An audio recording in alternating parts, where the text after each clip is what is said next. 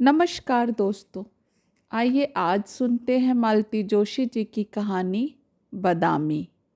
कहानी शुरू करते हैं दोस्तों।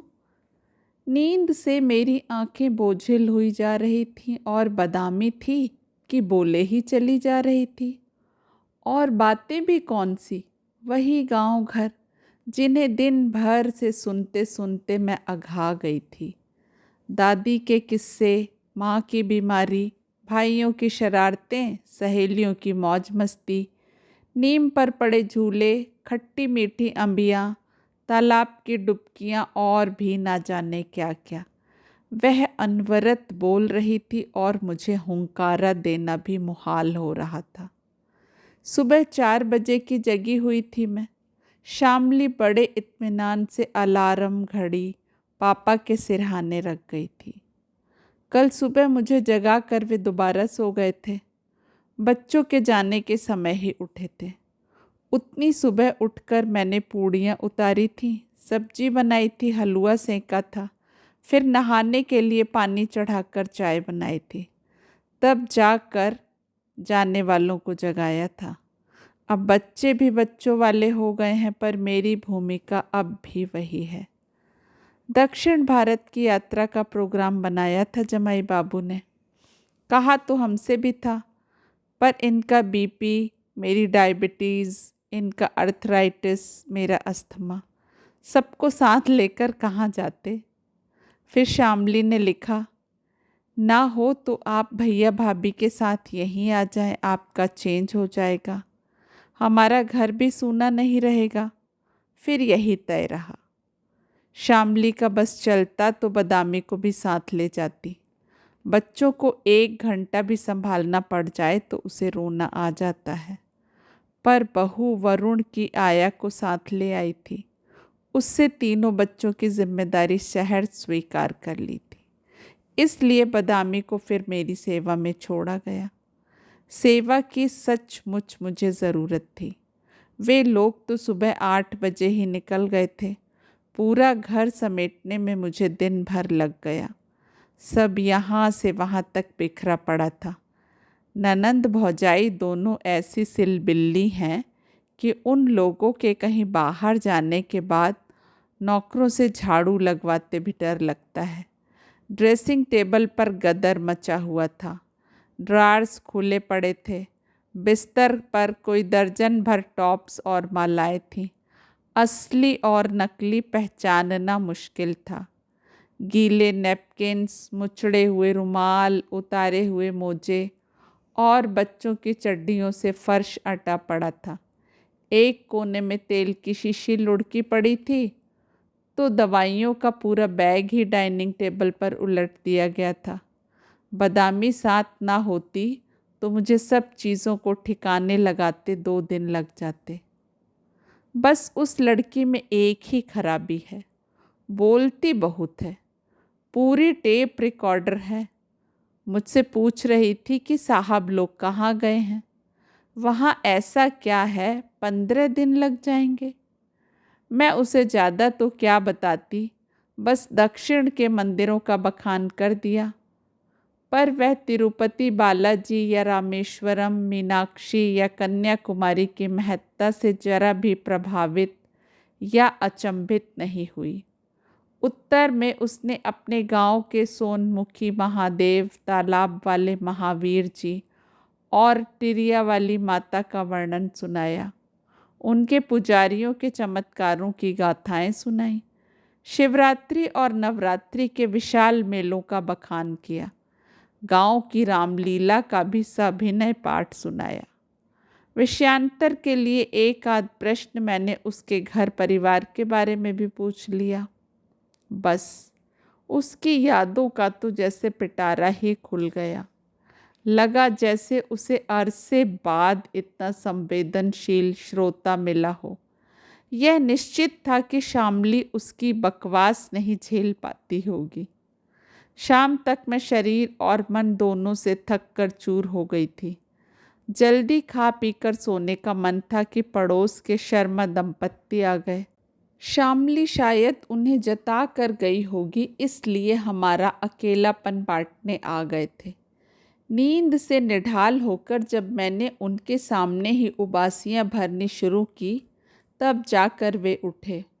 उन लोगों के जाने के बाद ये जब कमरे में आए तो ज़मीन पर लगा एक बिस्तर देखकर बिदक गए।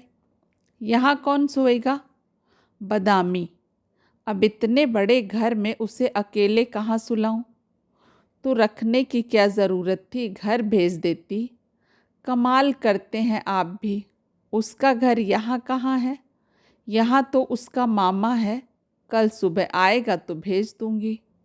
तो मैं बाहर हॉल में सोता हूँ, मुझे टीवी भी देखना है, इन्होंने कहा और चौकीदार से कहकर अपना बिस्तर बाहर लगवा लिया।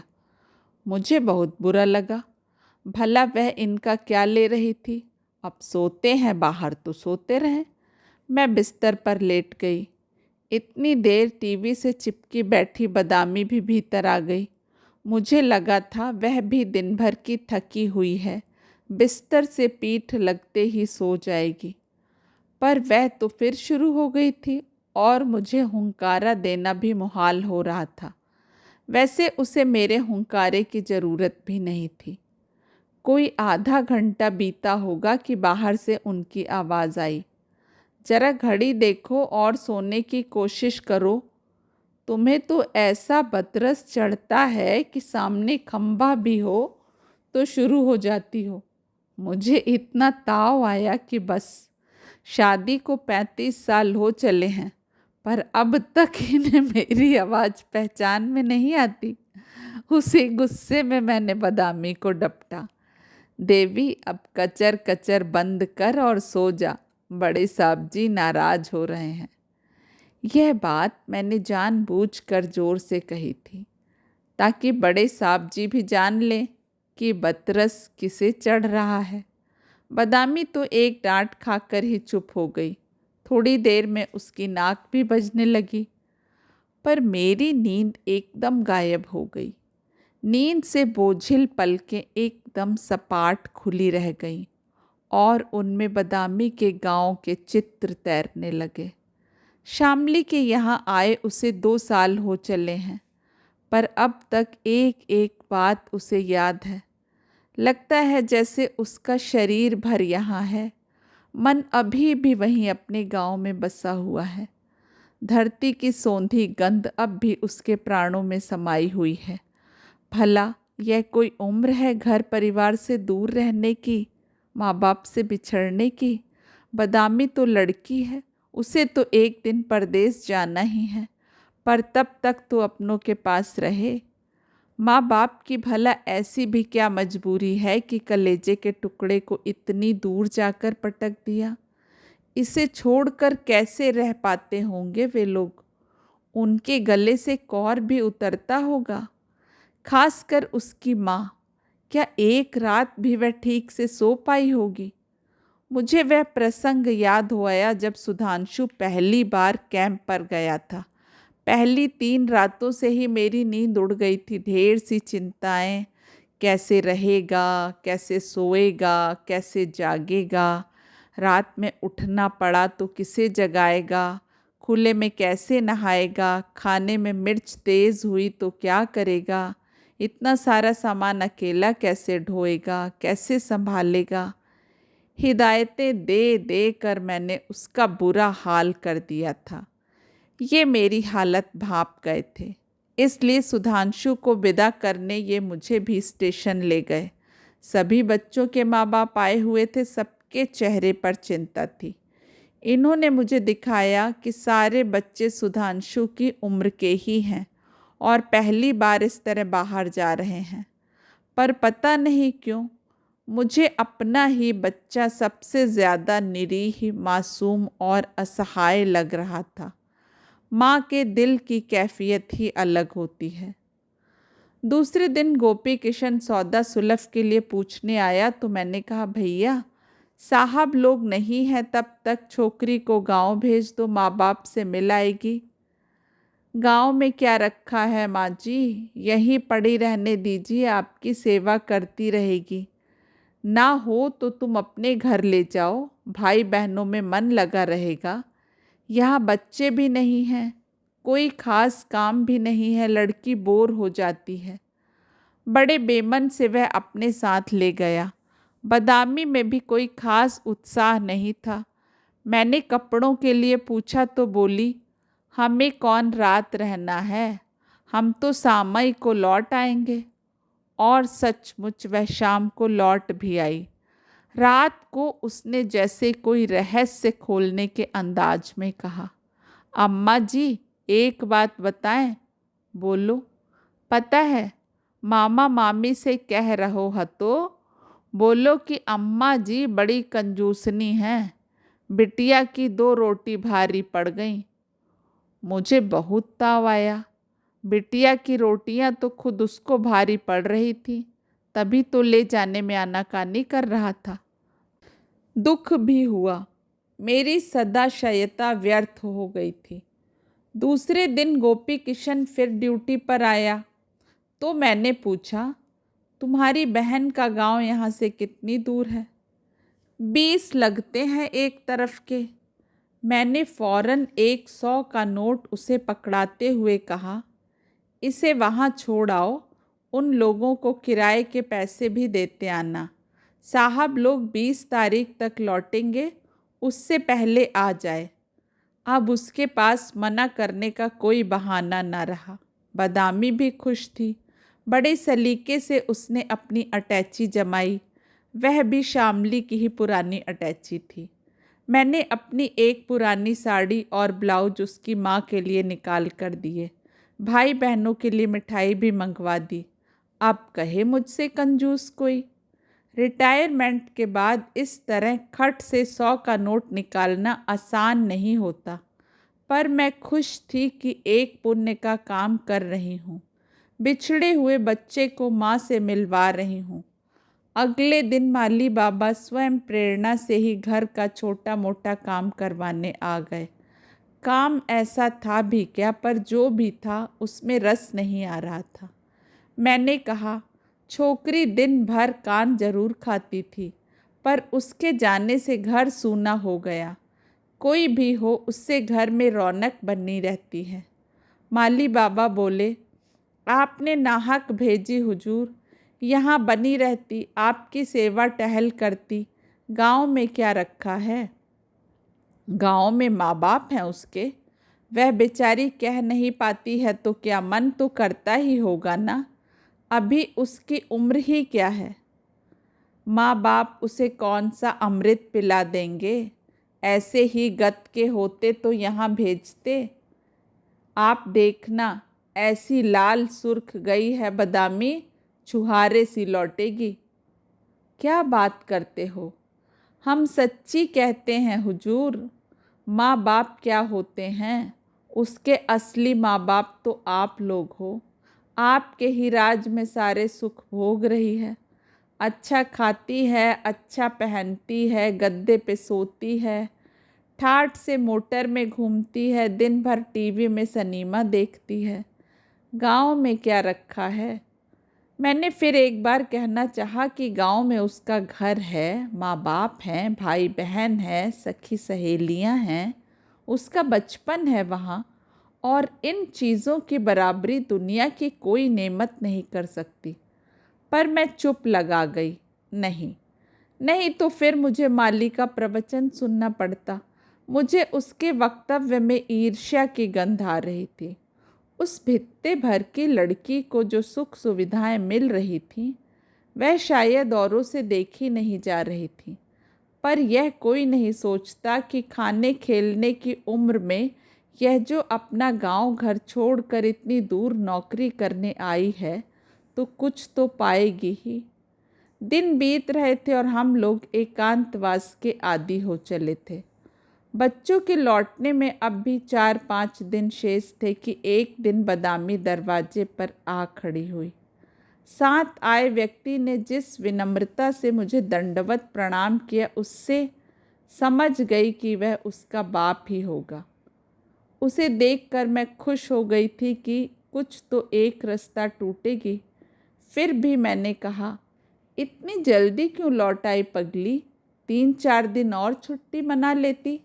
साहब लोग तो 20 को आएंगे। हमने भतेरी कही मालिक, पर ये जिदिया गई, फिर का करते?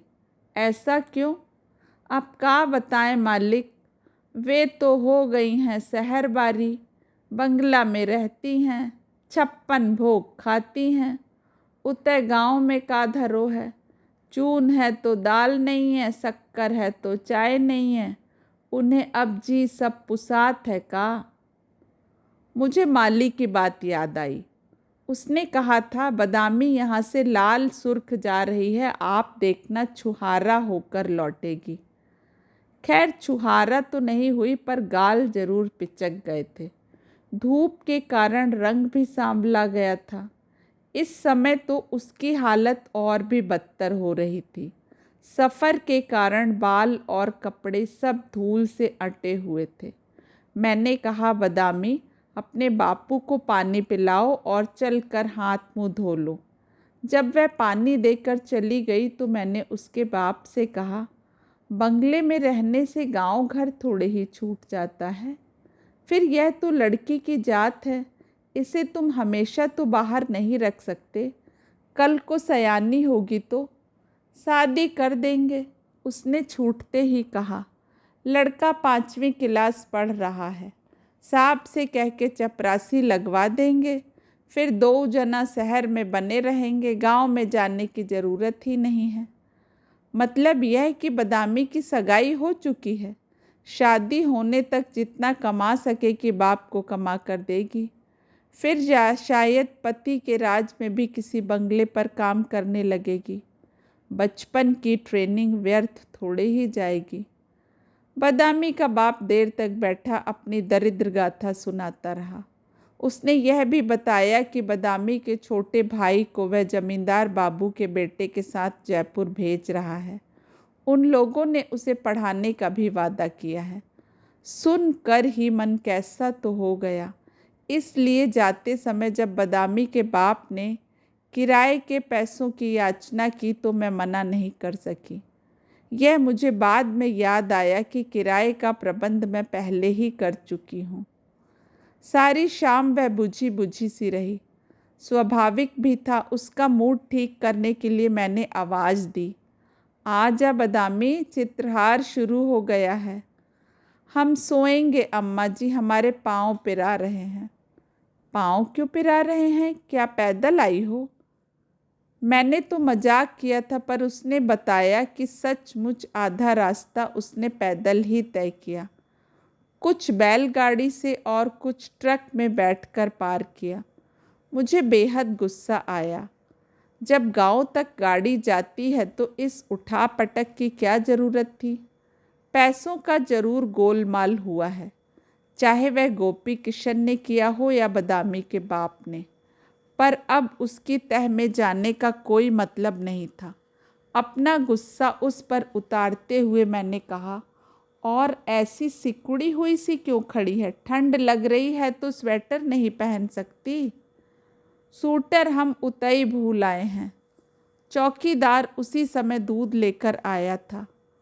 फुसफुसा कर बोला, गप दे रही है, आप जानो, खुदाई रखाई होगी, कपड़े भी रखाई होगी। अब देखिएगा मेम साहब ऐसी गुस्साएंगी। यहाँ 4 भले लोगों के बीच उठना बैठना होता है।